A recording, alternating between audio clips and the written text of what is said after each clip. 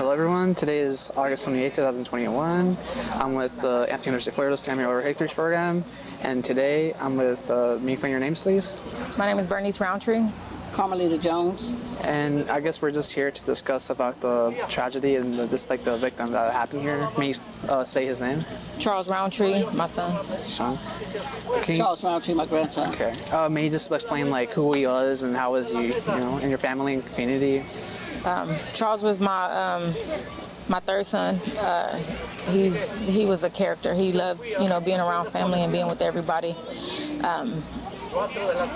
He was actually my adopted son. I'm his aunt, his biological aunt.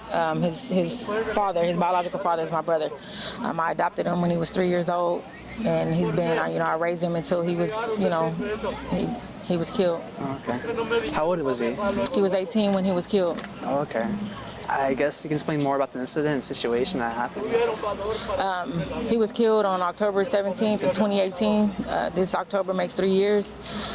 He was hanging out with some friends at a house, and the police officer came over in response to an assault that was reported at the address. When he came to the house, there was a man sitting on the porch that he could have questioned. He bypassed the gentleman on the porch, went straight to the door. It was two doors. He knocked on one door. As he's knocking on one door, he pushed open the other door. My son and his friends were sitting in that room on the couch. His friend stood up because the officer just pushed the door, not announcing that he was SAPD, not saying anything, not saying, he just pushed the door open and was like, "What's up?" So my son's friend stood up like anyone would, because this man opened their door without, knocking, without doing anything. And he was like, "Put your hands up." And that's when my son's friends noticed that it was the police. So he took off to run, and as he took off to run, the police was like, "Freeze!" And then he started shooting into the house. There was a burglar bar door that he shot through the burglar bar doors, shot three or four shots, and he hit my son's friend in his butt and shot my son once in the chest. My son also as he was getting up to try to run, from the police, and as he got up, he collapsed in the hallway because he was shot in the chest. His friend was there. He took his shirt off his own back and, held it to my son, trying to save him. But it was nothing he can do. My son died right there in the hallway. And may you explain about was there community action or accountability or? The officer was let off because he said he feared for his life, even though the body cam showed he didn't follow any protocol. He didn't announce himself. Then my son's friend was arrested because they said he had a weapon. They searched the yard and around the premises. They didn't find any gun on the premises. They found a gun in the neighbor's backyard. And they took fingerprints and everything, and my son's friend, nobody in that house DNA was on that gun. So my son's friend was let off they held him for 10 months in jail while he went to trial. How old was he? His friend was 23, I believe, 22, 23, I'm sorry.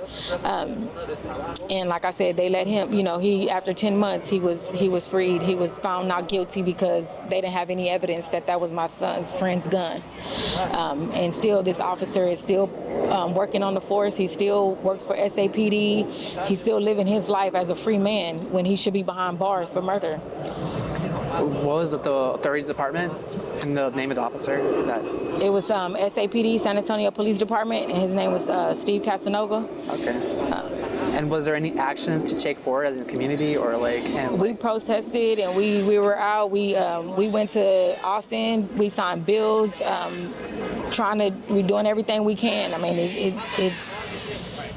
it's ongoing. Yeah. We're still fighting. We protested every Friday after my son's death. Every Friday. That following year, we were protesting every weekend until when George Floyd got killed. That's when everything it just bloomed. Like everybody. That's when everybody came out, and our story was being heard, and we were able to get our word across, and now we're here.